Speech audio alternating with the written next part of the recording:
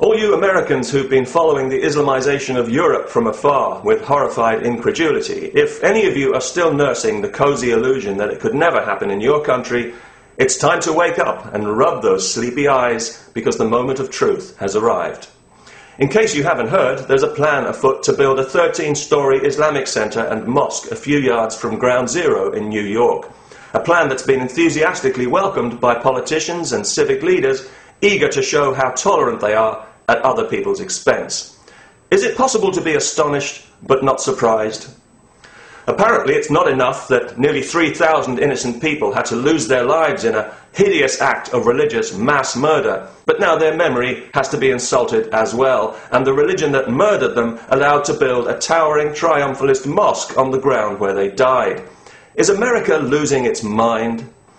It says a lot about the people behind this scheme that they had the bad taste even to propose building a mosque in such a place. But to describe it as they have, as a tribute to the victims, is beyond bad taste and shows a profound contempt for those who died. It would be hard to imagine a more provocative gesture short of standing on their graves and burning the American flag. Yet how typical of Islam, with its own hair-trigger sensitivity to the slightest imagined insult, to do something so arrogant and so insensitive.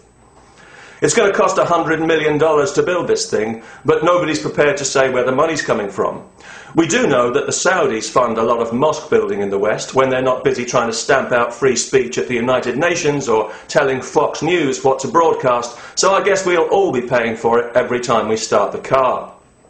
You know, it seems to me a much more appropriate place for a mosque in New York would be the United Nations building itself, because that organisation has become so Islamo-friendly in recent years that, frankly, I'm surprised it doesn't already have a minaret. You know, I'm not even American, but it makes me sick to my stomach to think that Islam is going to be allowed anywhere near Ground Zero. Because 9/11 could never have happened if not for Islam and its teachings and its doctrine of jihad and its false promise of an impossible afterlife, without which none of those gullible lunatics would have been persuaded to carry out such an insane act.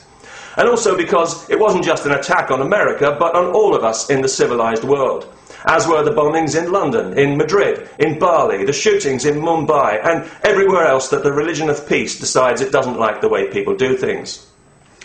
Any religion that endorses violence is incapable of delivering spiritual enlightenment. How obvious does that have to be? And it has no right even to call itself a religion. Without the shield of religion to hide behind, Islam would be banned in the civilized world as a political ideology of hate, and we have no obligation to make allowances for it any more than we do for Nazism. It's a bigger threat to our freedom than Nazism ever was. Yes, both are totalitarian and both divide the world unnecessarily into us and them, the pure and the impure, and both make no secret of their desire to exterminate the Jews. But we were all more or less on the same side against the Nazis, whereas the Islamo-Nazis have got plenty of friends among people in the West who ought to know better. American politicians now regularly make the kind of dimmy noises about diversity as an excuse for Islamization, the same kind of thing that we've become so depressingly familiar with in Europe. It's true that diversity has been good for America. It's been the making of that country. But American diversity has always been grounded in respect for the values, the individual liberties that make America what it is. Islam rejects those values, and that's the difference, and it's a very important difference. Islam despises what America is. It rejects everything America stands for, including freedom and diversity. And any Muslim who denies that is a liar. The organisation behind this scheme is called the Cordoba Initiative, and the building is to be called Cordoba House. And this is because Cordoba, or Cordoba, is the city in southern Spain where Muslims built their first great mosque at the start of, and as a symbol of, their conquest of Spain. The Ground Zero Mosque is intended to serve the same purpose in America. Building mosques on conquered sacred ground is standard practice. It's what Islam has always done to assert its supremacy, and that is what's happening here. And of course they know how insulting it is, how offensive it is. Are you kidding? Why do you think they chose a site as close as possible to Ground Zero? Or do you think that that was just an accident?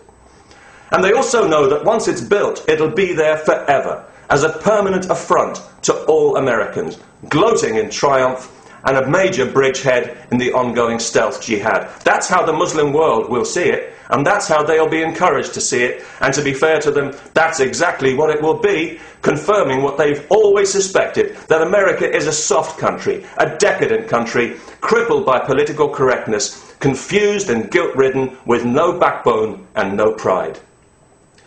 They plan to open it next year, on September the 11th, the 10th anniversary of the atrocity.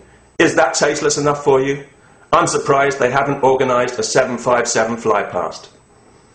But you know, it doesn't have to be this way. Here in London, we had a similar situation just recently where they wanted to build a gigantic mosque to overshadow the Olympic Games. Public opinion put a stop to that, and public opinion can put a stop to this disgraceful plan as well.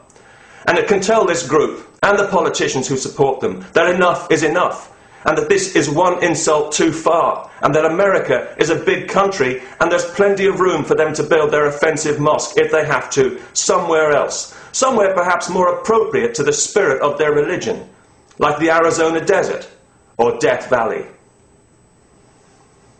Peace, and God bless the kuffar.